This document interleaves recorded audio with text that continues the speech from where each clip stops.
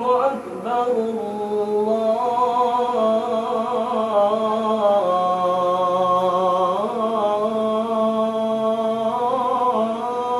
الله أكبر.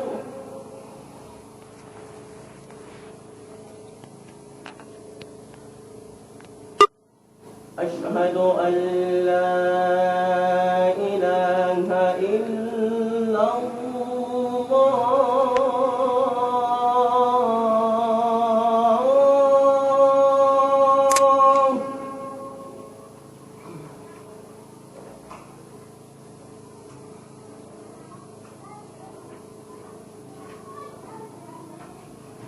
أشهد أن لا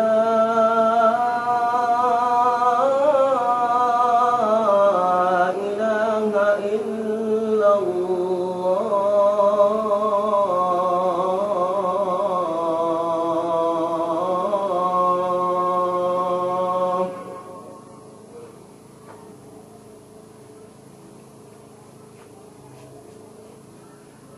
أشهد أن محمدًا رسول الله.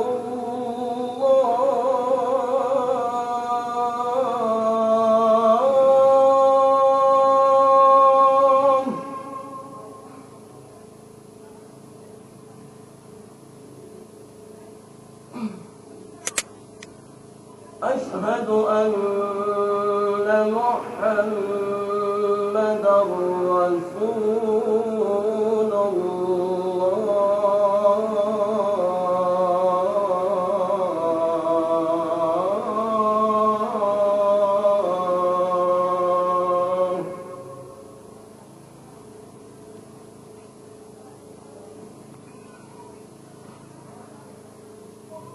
حي على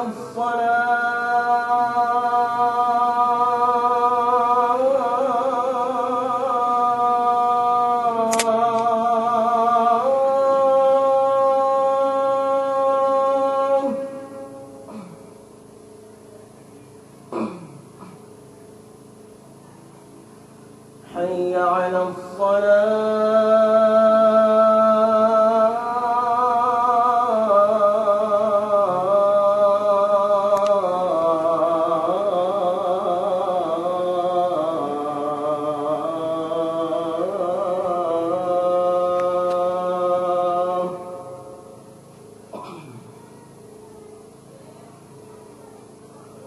حي على الفلاح.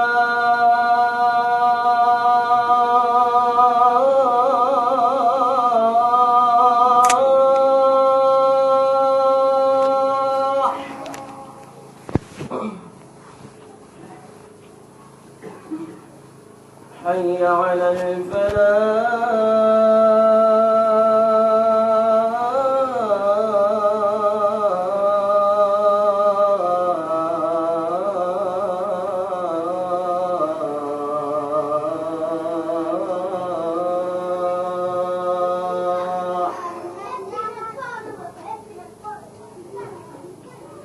الله أكبر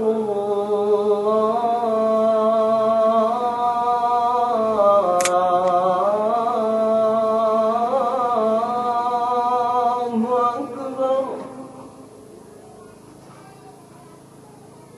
لا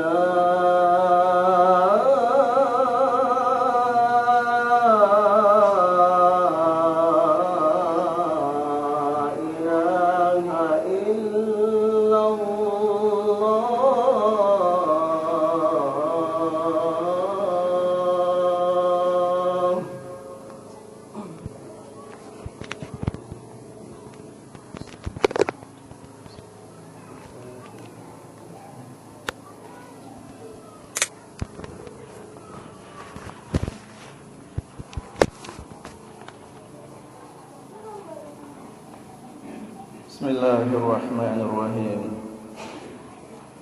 الحمد لله القائل بعد أعوذ بالله من الشيطان الرجيم. بسم الله الرحمن الرحيم.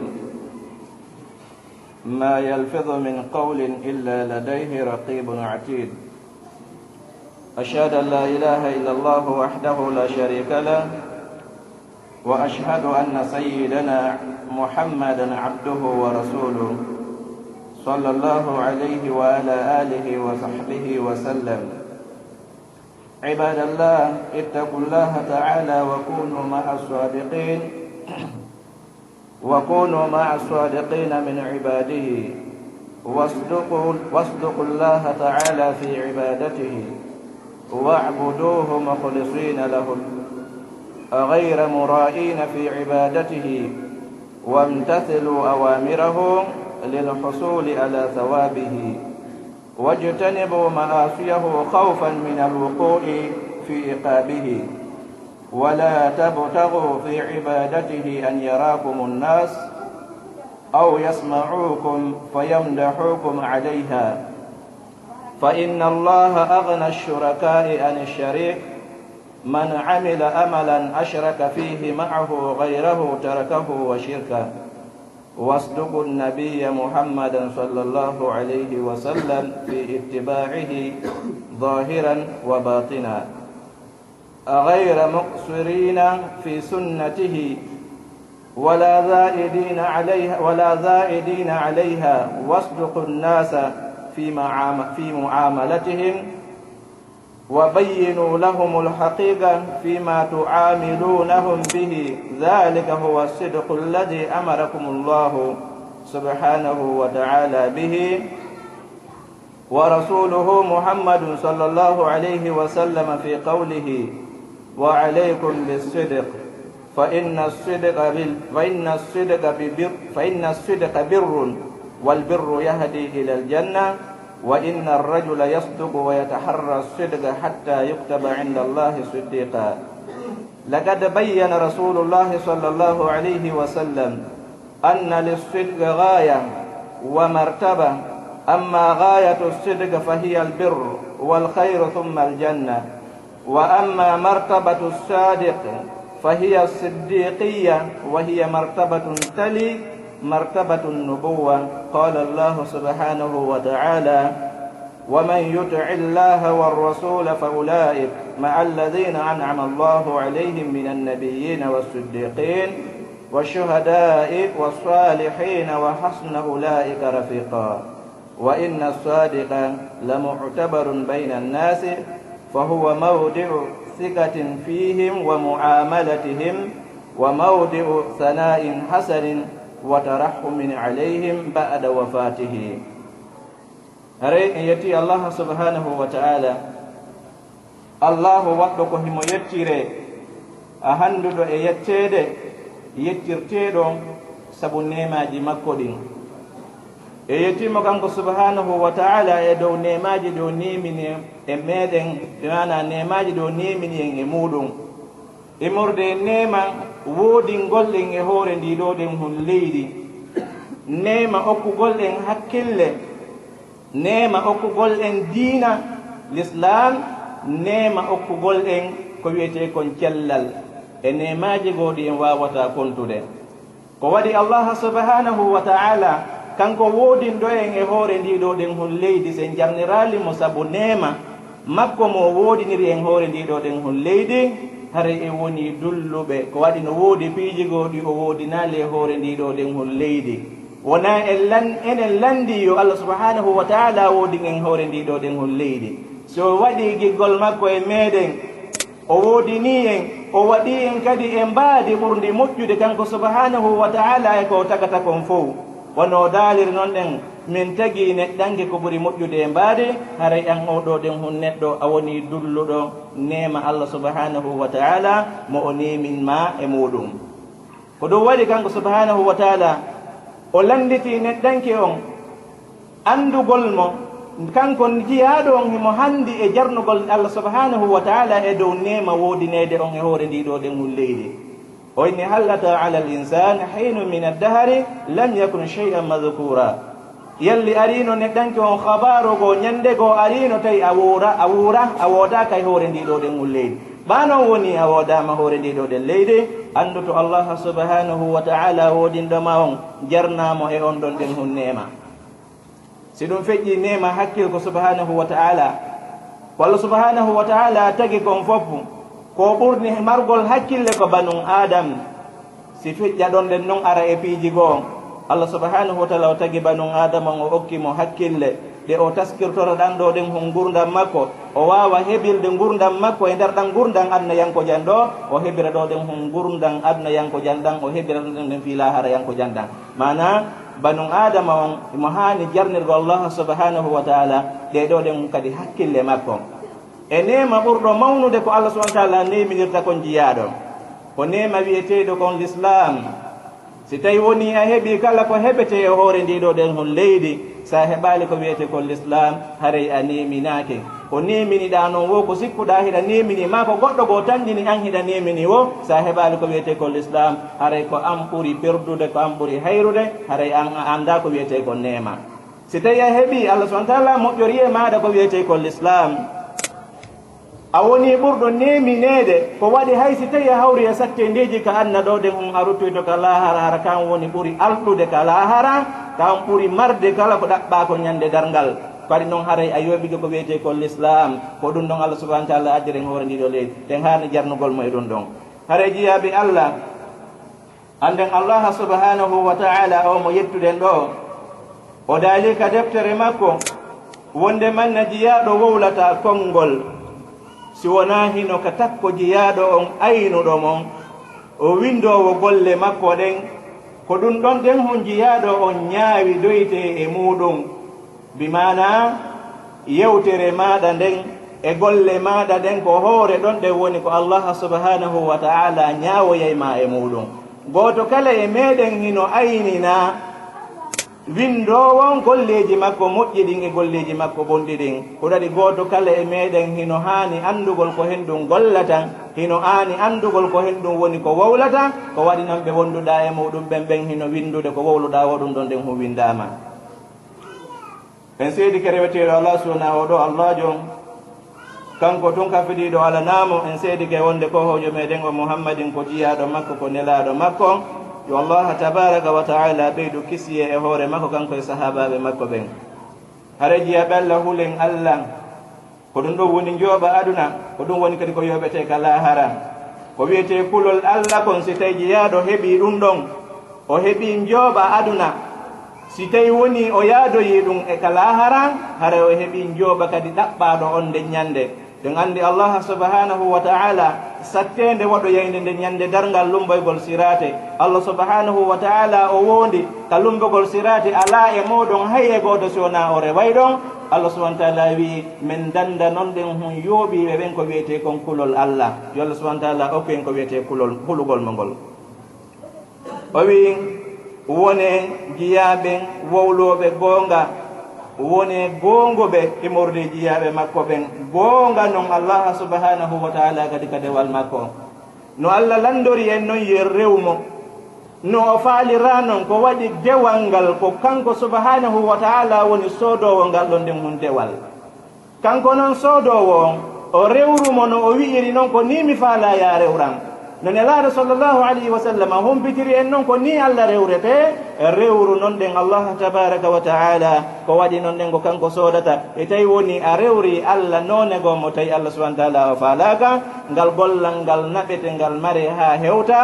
holleɗa ngal gollal ngal wattine haba mansura fewdo ɗon ɗon woni perdi ko annon ɗon heɓɓitotako e tawi ko fewdo wonda ka gurdam anna ɗo a heɓɓitoto golle maɗa ɗe yo Allah subhanahu wa ta'ala arsuken heɓɓitagol golleji meɗen ɗin ɗo e lawade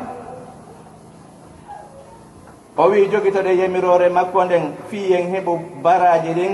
woɗɗitoɗen yeddugol mo kanko subhanahu wa ta'ala fiyo en hulu woɗɗitoren hendu yeddugol Allah o hulugol yanugol e lette makko ɗen wota en ɗaɓɓuka rewgol Allah nde yimɓe ɓen yi'ata en ma nde yimɓe ɓen nananta en fiyoɓe mantu en e hoore ko reweten kon Allah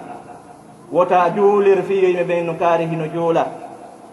wota juulir fiyo ka yimɓe ɓen wi'u kaari hino juula julde labande julde timmude ruku on hino timmi sujude on hino timmi hara antum si koy ko antum wona no juulirta yo taw ammo en si tawi ɗa julde hakkude yimɓe awa ɓeyno e kaari ono yaawi julde maɗɗum ɗo kono si tawi ko antum hara juula e julde timmude ko waɗi noon koko golluɗa an kon kon hakkude maɗe Allah subhanahu wa taala ko ɗum ɓurma moƴƴande ndi ko gollata ko yimɓe ɓe yiya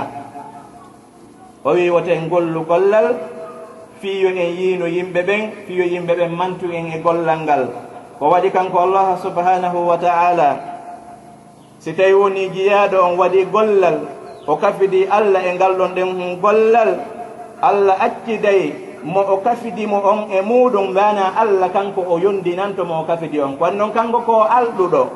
o kanko himo mari sa kafidimo e goɗɗo go kanko o yondinanto on mo kafutuɗamo e muɗum ko on sumanna noon ɗen hun darata sa heɓiray oɗo ɗen hun joɗɗi ndaren ko wiyete ko julde masalan musidɓe julɓe nde ɗo ɗen hun julde o muɓe man ko watten ɗo ɗen hunde hiɗen juula si tawi enen ɓe wonɓe ɗo goɗɗo e meɗen mijiti ko hakkille muɗum si goɗɗo waɗanima ɗum ɗon importance hen ɗum marɗa e muɗum hara ko goɗɗo waɗanma na an waɗani goɗɗo dey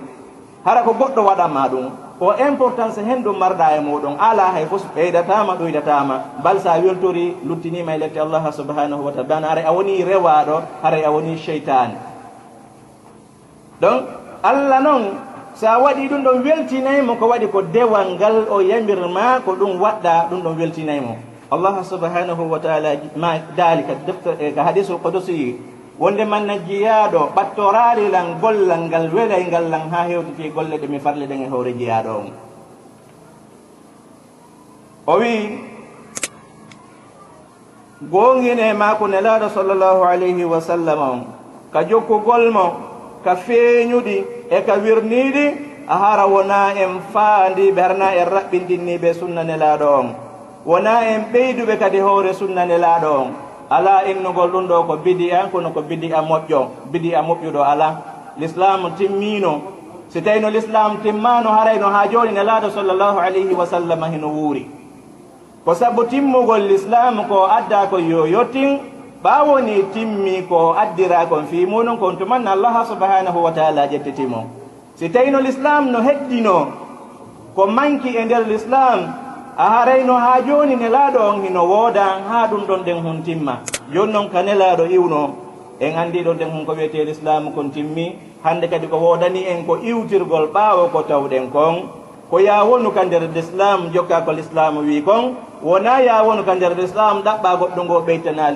l'islam hay e fof ala ka mankiri ka tawata hara an ibnu adama on hiɗa wawi ɓeytugol e muɗum gaynino timmude tawa ɗo goɗɗum inna ɗum ɗo ɗen hum mi taw hino waɗe mi jokkay ɓa hino waɗede minen ko ni min mandori nanon nelaɗo sallllahu alayhi wa sallam ka Allah subhanahu wa taala nelatamo wona ko o mandi ko l'islam ari hollimo laawol ngol o rewa accintinnimo ko o mandi ko mbal o jokkano towde ko mandino kon hino waɗe joni an kadi wonu ɗon ɗen ho ñintina oɗo o ari o acci ko o tawi kon Allah oriyantimo e laawol ngol himo rewa an kadi aru dara l'islamu on ka fewnuno ne la sallam ɗon ɗen hollima ko rewata ɗon an kadi jokkangol ɗon ɗen hon laawol fiya iwturo e ɓaawo oɗo ɗen hon ñande dargal fi an e oɗo yowoni sappawol gotol o wi hakkunde moɗon e yimɓe ɓen kadi gonganeɓe wowla noon ɓe goonga ɓangina noon ɓe goonga ka gollodiral moɗon o inni ko kon ɗum ɗon woni goonga ka Allah subhanahu wa taala yamiri e ko nelaɗo makko on yamiri ka nelaɗo on maaki ɗon ɗen hon mi yamiri on nde wowlugol goonga ande wowlugol goonga ɗum ko ɗiggere ko dewal wowlugol goonga ko dewal ngal noon ɗen hum fewnayi neɗɗo o naɓmo faade ka aljanna kanko nelaɗo maaki ande neɗɗo e himo goonga himo faggito wowlugol goonga aha Allah subhanahu wa taala winda oɗo ɗen hum jiyaɗo kaari ko wowlowo goonga si woni Allah windi kaari ko wowlowo goonga oɗo o fenata abadan ko hay si o miiji ke wowlugol fenande o hulitay joni o wowla goonga hay si tawi haale makko on foolimo wowli fenande o qirito ɗon mubasharatan wonde manna yemi ɗaynete no woni yande wona goonga si neɗɗo on woni wowlowo goonga e résultat makko on gibandema ka anna ɗo wona e neɗɗo tedduɗo hakkundeji yimɓe ɓen ko waɗi kala man wowlo filliɗo haala makko innete joni ta fillo ɗum gommo nanirɗa o kaarejo nani awa ɗon mi hoolike si tawi woni neɗɗo on kadi woni contraire ɗum ɗon woni wowlowo fedande o kala nam do haala makko he wota filliti kon wolta nani donc ɗum ɗon kadi wonanima an oɗo ɗen hun neɗɗo ayi ɓe gibande makarna ɗo o wi kanko ne laasu sallam ande neɗɗo kadi himo wowla fenande e himo faggito fenande nden ha Allah windamo kaari ko wowlowo fenande si Allah windiji yaaɗo ko wowlowo fenande oɗo abadan o wowlata gonga ko hayso falama wowlde gonga cheytaniru makko ndun ɗo fowlaymo ha o wowla fenande ko hayso wowli gonga makko kanka hooletake hakkunde yimɓe ɓen o wi wowlugol gonga kan noon ande ɗum ko martaba towuɗo martaban mo tawata hara hino hikkodiri e muɗum martaba annabankaku ngun neɗɗo wowlowo gonga o kanko e annaba ɓen wonoyta martaba goto kamɓe ɓadodiroyta ñande dargal ko ɗo waɗi Allah subhanahu wa ta'ala dalika deftere makko kala manwo ɗoftiɗo Allah ɗofti nelaɗo on ɓeeɗo wondoyta e ɓeeɗo den humɓe Allah subhanahu wa ta'ala nemini hoore muɗum immorde annabaɓe ɓen e wowlaynoɓe gonga ɓen e janɓe shahidi ɓen e moƴƴuɓe ɓen ɓeeɗo noon moƴƴi wondiɓe si tawi woni ko ɓeeɗo woni groupe maɗa o ñande dargal ko waɗi noon haray a andi ko a daɗuɗo si tawi ko ɓeeɗo ɗen an e ɓeeɗo woni sappawol gotol an e annabaɓe Allah ɓen e jiyaɓe laggiɓe wonkinji muɗum fiyo heɓu ko wiyete kon aljanna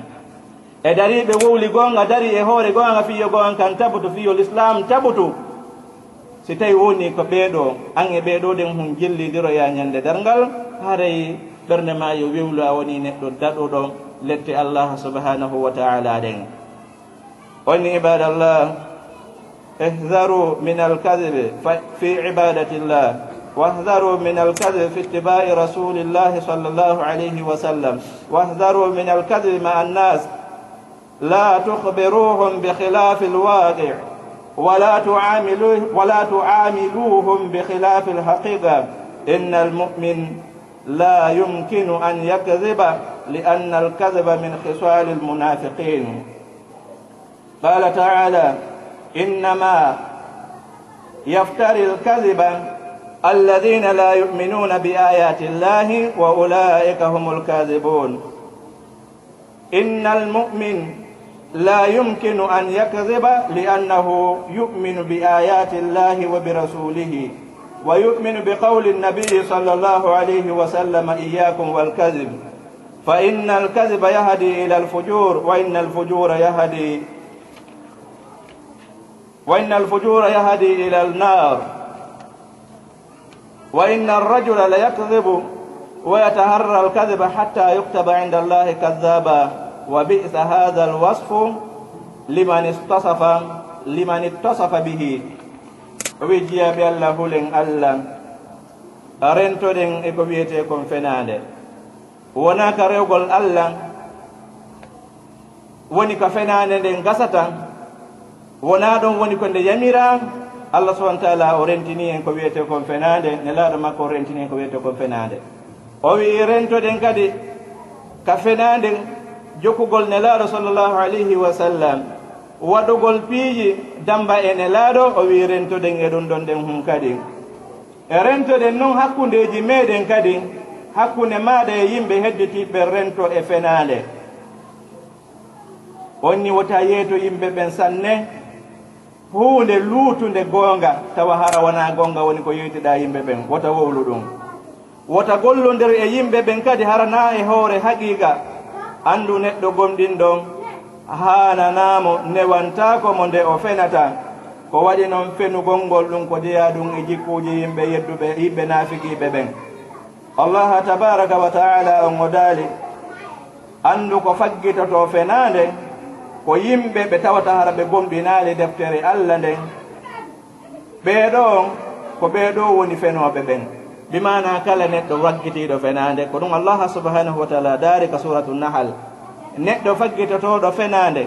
fefindo wowla ko tawata hara wona non woniri Allah tabaraka wa ta'ala on daali oɗo neɗɗo ko neɗɗo yedduɗo Qur'an honɗum woni alhaali neɗɗo yedduɗo Qur'an ñande dalngal yalli o neɗɗo ko neɗɗo daɗɗuɗo lette Allah ɗen neɗɗo si yeddi deftere Allah nden haray ko hennum ko neɗɗo keefeero si e gondini ko gondinte kon fof a jaɓali alqur'an aray ka keefeero si tawi noon neɗɗo si o wowli fenade o fadi fenande golle makko a haray on ɗon nden hunko neɗɗo yedduɗo Allah. Musidɓe julɓe, wota goɗɗo yewi to fenande wotere nde o fenata. Ndaare si tawi woni neɗɗo Allah tabaraka wa taala o wi'i ɗo wonde manna neɗɗo wowlowo fenande on ko yedduɗo ayeji Allah ɗen, ko yedduɗo Qur'an bimana. E tawi noon an hiɗa yewiti ɗum ɗo awa taskito ɓaawo ko feƴƴuno yimɓe halkanoɓe ko honno ɓe halkira. Se ndaari annabi Adam alayhi salam ittedemo ka aljanna adde ka hoore leydi ɗo ɗen ko ɗo nde sabu enen fof yen ar ka hoore leydi ɗo wonande ɗiɗi wonande tati wona ko ɓuri ɗum o yeddi Allah subhanahu wa taala ko nde wotere pet. Allah wi to ñaamu, cheytane wi mo ñaamu ko ɗum ɗo e ɗum ɗo ɗen hum sa ñaami ngal leggal a luttata ka aljanna gaɗen a wonata gaɗen luttowo ko aljanna on tumanna o ñaami. Daare ko hunde wotere fette Allah ittirimo ka aljanna yalti sanctioni mo addimo ka hoore leydi ɗo. Si tawi woni a yewitiki an ko wonɗa e wadde kon hiɗa wadde ɗum fillinno oɗa ko nde wotere o waɗi Allah sanctioni mo addima ka hoore leydi ɗo. Daari Iblis kala ko waɗi ko wiyete ko cheytane woni sabu muɗum yo waɗum. Ndaaro o wonande ɗiɗi wona ko ɓuri ɗum o yeddi Allah subhanahu wa taala ko nde wotere pet. Allah wimo uggi no hiwroɗa annabi Adam o sali o mawnintinni ko ɗum ɗo Allah subhanahu wa taala on huɗirimo waɗimo neɗɗo huɗaɗo ko kanko woni hoore naateɓe yiite ko kanko kadi woni ɗaɓɓude fedde ɓe o yaada ka yiite jahim. An taskito ko wonɗa e waɗde kon ɓeeɗo ko nde wotere fette ɓe yeddi Allah subhanahu wa taala. Oyi jiyaɓe Allah, ande neɗɗo gomɗinɗo newantako mo nde o fenata. Si tawi tu woni neɗɗo on hino gomɗini ayeji Allah ɗen imo gomɗini nelaɗo sallllahu alayhi wa sallam, himo hooli maako nelaɗo mo nelaɗo sa sallama maaki on ɗo. Si tawi neɗɗo on hino gomɗini Allah, hino gomɗini nelaɗo, himo hooli ko nelaɗo maaki kon, nelaɗo maaki fenanden dey fenande nde naɓa e neɗɗo on faade bonki kadi ko naɓata neɗɗo on ko faade ka yiite. O ande neɗɗo hino fena ha o winde ka Allah ko fenowo, e tawi woni neɗɗo windama ka Allah ko fenowo o wowlata gonga abadan. O yini ɗum ɗo noon boni sifa mo neɗɗo siforte, kala neɗɗo sifitorto fenande haray oɗo ɗen hungo boni neɗɗo. Yo neɗɗanke on yo wowlu ko tawatara kon himo mari yaqini e muɗum. Ko waɗi Allah subhanahu wa taala gite neɗɗo on e hunduko kon e ɓernde nden Allah daali ɗum ka deftere makko wonde ɗiɗo ɗen hunko landi toyteɗi ka kanko Allah subhanahu wa taala bakkatuji majji on kadi hino mawni. aqulu qawli hadha wa astaghfirullaha li wa lakum fastaghfiruhu innahu huwal ghafurur rahim.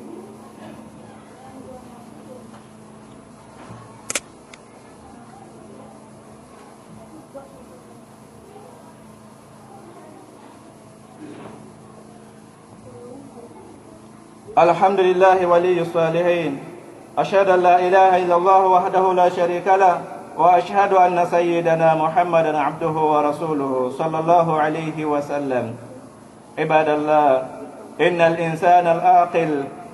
لا ينفر أن يقال له بين الناس يا كذاب، فكيف يقر أن يكتب عند خالقه كذابا؟ فهل يعقل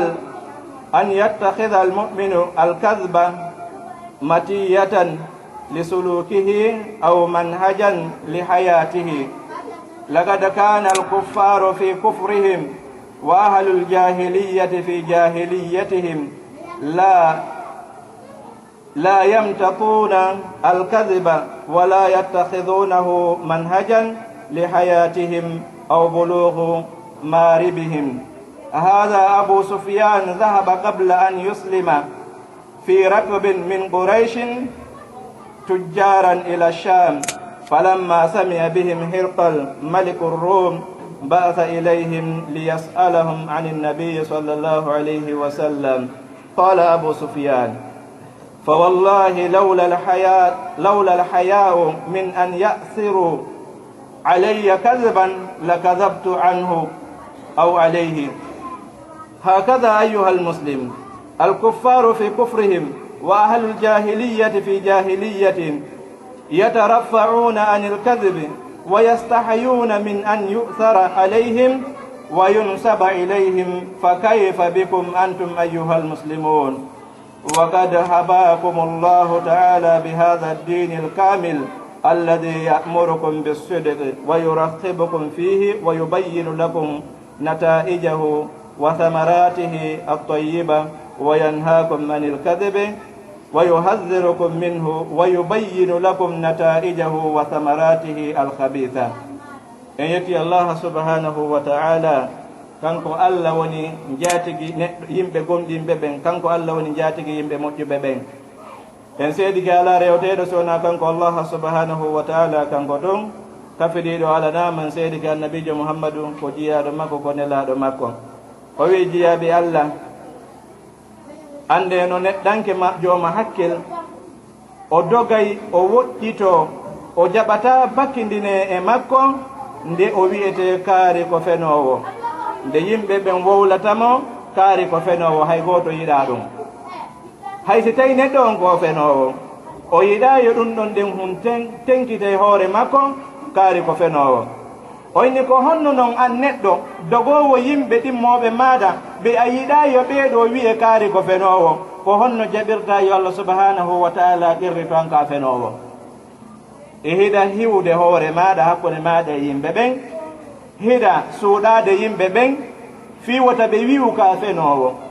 kono noon hiɗa jaɓi yo Allah winde ka fenowo, yo Allah qirrito e hoore maɗa ka fenowo, ko honno wawuɗa jaɓirde ɗum ɗo. o inni yalli neɗɗo hino haqqila, mana neɗɗo marɗo haqqille no hani rentade nde o jogitoto kañum neɗɗo gomɗinɗo on fenade o waɗa fenade mbaɗɗateri makko. neɗɗo gomɗinɗo marɗo hakkille ko yo o reeno nde o waɗata fenade nde mbaɗɗateri makko ka laawol makko, maɗum waɗugol fenade nde laawol makko fi gurdam makko ɗan. ɓe gandi no woodi uditayɓe hunduko muɗum hara ɓe hulali Allah subhanahu wa ta'ala ɓe hersali mo, ɓe wiya si a fenali a wurata. neɗɗo mo fenali hino wuura, on wuura kadi gurdam welɗam. wota sikku fenugol maɗa ngol fiya heɓu goɗɗum jungo yimɓe ɓen, fiya surru e piijigo ka annaɗoɗen hon ko ɗum ɗo woni gurdam. a wowlude gonga no gasa heronkira heɓude ɗum ɗon ɗen hon piiji aduna ko ɗum ɓurma moƴƴande, ko waɗi a tampude ka adna ɗo ɗen hettoɗa ka lahara gurdal luttayɗan ɗan ko ɗum ɓurma moƴƴande, ndi'a tampude mana hettade ka adna ɗo ɗen hon hara ko yeru gurdan hon maɗa kon ɗo ɗen hon woni ko hettiɗa. neɗɗo on o hiwa ɗengal makko ngal o reeno. ɗen andi Allah nelaɗo sallllahu alayhi wa sallam maki neɗɗo ɗuɗɗinowo haala wowlowo ɗuɗuɗo haala hara wona jantagol inde Allah subhanahu wa ta'ala, sabi binnanaymo yorugol mo ɓernde nden. yorugol ɓernde neɗɗo on si tawi neɗɗo on ɓernde muɗum nde yoori o woni yey ɓurɗo woɗɗitade Allah subhanahu wa ta'ala ñande ɗarngal. o wi ko ɗum waɗini yimɓe hay yimɓe hefrɓe ɓen ɓaawo ɗo e yimɓe jahiliyankoɓe ɓen num fewndo keferankaako maɓɓe e fewndo jahiliyankaako maɓɓe ɓe waɗano koko wiyeteɗo ɗen hum fenande mbaɗɗa teeri. ɓe jogitanoki ɗum laawol fi gurdam maɓɓe ɗan ma hewtirgol fandundeji maɓɓe ɗin heɓirgol faale maɓɓe, ɓe waɗano fenande nden ɗum ɗo. e tawi noon ha neɗɗo wonnoɗo jahilankaako adal islam e tawi oɗo piijidi o rentotono e muɗum, an neɗɗo julɗo on ko ɗin ɗon hande kadi woni sakosi maɗa on ka yarata wo ko ɗi wonduɗa e muɗum. wallahi haray hino hulɓini. o wi e hino ɗo den hon Abu Sufyan aɗo o silmude o yahuno Sham njula yagal ɓa woni Hirqal oɗo den hon lando Rum o nani fi maɓɓe no kasara ɗum ko Turki woni fewdo ɗo. ɓa o nani fi maɓɓe o noddi ɓe o andi ɓeɗo den hon ko Makka iwi o nelani ɓe fi yo o landoɓe, alhaali o nani goɗɗo goo no yalti e nder Makka wiyeteɗo Muhammadin o noddi ko annabajo, o nelani Hirqal yo o lando Hirqal ko honɗuni habaru oɗo den hon gorko wonɗo noddude ton den hon ko annabajo. o wi kanko on Abu Sufyan mi wondiri Allah si wonano hersa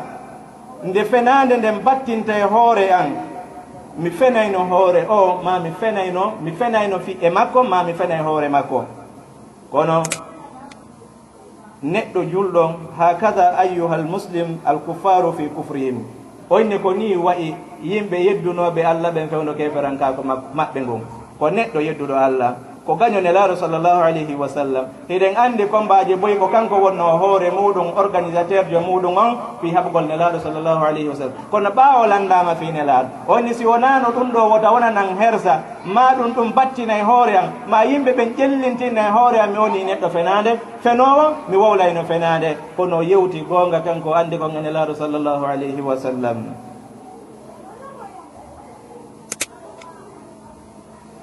oyni yimɓe jahiliyankoɓe eɓe ɓantuno e maɓɓe ko wiyete kon fenade, hiɓe hersayno nde fenade nden battinta e hoore maɓɓe. oyni ko honno noon onon julɓe Allah subhanahu wa ta'ala o okki en ko wiyete kon l'islam, ka ɗoɗen hun dina timmuka, kan dina yamirka en wowlugol gonga, rerɗin ka en e gowlugol gonga kan himo ɓanginana en ka e nder kaɗoɗen hon dina résultat wowlugol gonga kan e dimɗe laaɓuɗe wowlugol gonga himo haɗa en kanko Allah subhanahu wa ta'ala ka dina makko wowlugol fenande himo rentina en e muɗum.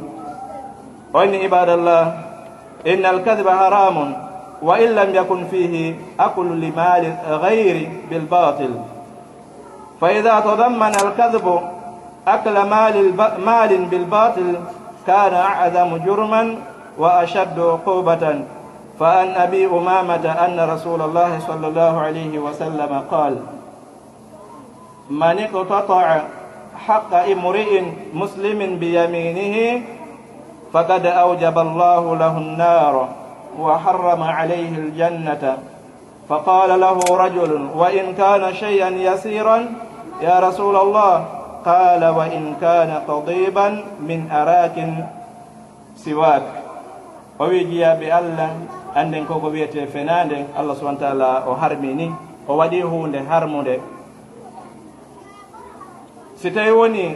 woni fenade nde neɗɗo on fenata nde wona fiino heɓira jawdi goɗɗo goo, hara ko wowlugol fenade tun fi taƴirɗum ñallal. ɗen andi nela sallam fewde ɓe yahuno ka jihadi tabuka, woɓɓe goo ewtirno ɓaawo tawi ɓe yewtude fi neɗɗo goo sahabajo goo ɓa woni ɓe hewtoyi ka nelaɗo goɗɗo no e maɓɓe sahabajo goo wi min sen hewti wallahi mi wowlane ɗum ɗo ɗen hun nelaɗo. ɓa ɓe hewti on to manna o wowlani nelaɗo ko ɓeɗo wonno wowlude kon. nelaɗo noddi ɓe wi landiɓe ko fi hen ɗum wonno ɗon wowlande kaarijo ko ko wowluɗon ɗo. ɓe wi nelaɗo ko min wonno wowlirde ɗon ko fi taƴirɗum laawol, mana ko fi ɗuytirɗum tan fi yo min yew hara min andali yaade ɗum ko woɗɗi ko mba haray meɗen e haala. nelaɗo maaki inde goɗɗo taƴirtake laawol. selli e hadis ka nelaɗo sallam maaki alghibatu ashaddu min azina, ko wiyete ko ñoore ɗum hino satti hino mari bakka to ɓuri ko wiyete kon zina. ko waɗi zina ko hakkude maade Allah subhanahu wa ta'ala, ko haqqe Allah, ko Allah wiwno ta waɗo a waɗi ɗum. amma ko wiyete ko ñoore wowlugol goɗɗo ɓaawo makko ko haqqe on ɗon ɗen hon neɗɗo Allah subhanahu wa ta'ala yafatako ma ɗum. ko wawma yafade kon ko wowluɗa ɗo ko oɗo ɗen hon jiyaɗo mo wonnoɗa wowlde fi muɗum.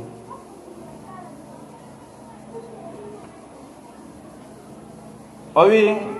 si tawi woni noon hara fenane nde oti woni fende nden hara hiɗe takkodiri e jattugol jawdi goɗɗo, ɗon noon haray ko ɗum woni probléme ɓurɗo mawnude on e probléme ji ɗin ka haala. o wi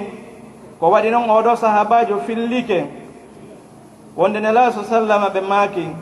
kala on taƴirɗo haqqe neɗɗo julɗo wondore muɗum haray Allah subhanahu wa ta'ala waɗɗinani oɗo ɗen hun natugol yiite wonda fiya ñamukon goɗɗo, ma goɗɗo walla goɗɗo yo e seedanoɗa goɗɗo fiyo ñaamu jawkal goɗɗo. Allah subhanahu wa ta'ala waɗɗinani oɗo ɗen on haray natugol yiite, mana ko ton o luttata.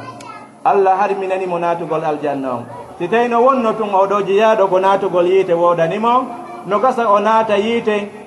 yeru bakkatu on mo waɗi ɗon o yalti ɗon yo artine ka aljanna. ko nelaɗo maaki Allah windanayi oɗo waɗɗinana mo natugol yiite a harminana mo kadi natugol aljanna bal oɗo wona o jeeyaɗo e yalto yeɓe ɓennaɓe aljanna. on tumanna gorko ko waari o landi nelaɗo nelaɗo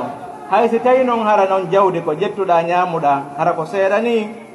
nelaɗo maaki hay ko fandi ko foti e fanɗude wo si a taƴiri wondore maɗa haqqe goɗɗo a ñaami haray an on Allah subhanahu wa ta'ala harminanima natugol aljanna o waɗɗini e hoore maɗa natugol yiite a haray jiyaɓe Allah tuubo buye on dambugal muɗum ngal hino uddita goto kala e meɗen no hani no andi koni wadde kon